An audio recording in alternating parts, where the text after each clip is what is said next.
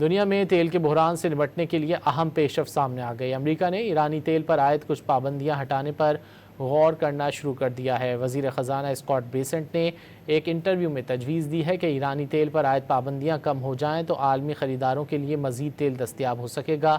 ایران سے جنگ نے تیل کی پیداوار اور ترسیل کو متاثر کیا ہے۔ اسی وجہ سے دنیا بھر میں جنگ کی وجہ سے توانائی کی قیمتیں تیزی سے بڑھ رہی ہیں۔ دنیا میں تیل کے بحران سے نمٹنے کے لیے اہم پیش رفت سامنے آ گئی ہے۔ امریکہ نے ایرانی تیل پر عائد کچھ پابندیاں ہٹانے پر غور کرنا شروع کر دیا ہے۔ وزیر خزانہ اسکاٹ بیسنٹ نے ایک انٹرویو میں تجویز دی ہے کہ ایرانی تیل پر عائد پابندیوں کو کم کیا جائے تو عالمی خریداروں کے لیے مزید تیل دستیاب ہو سکے گا۔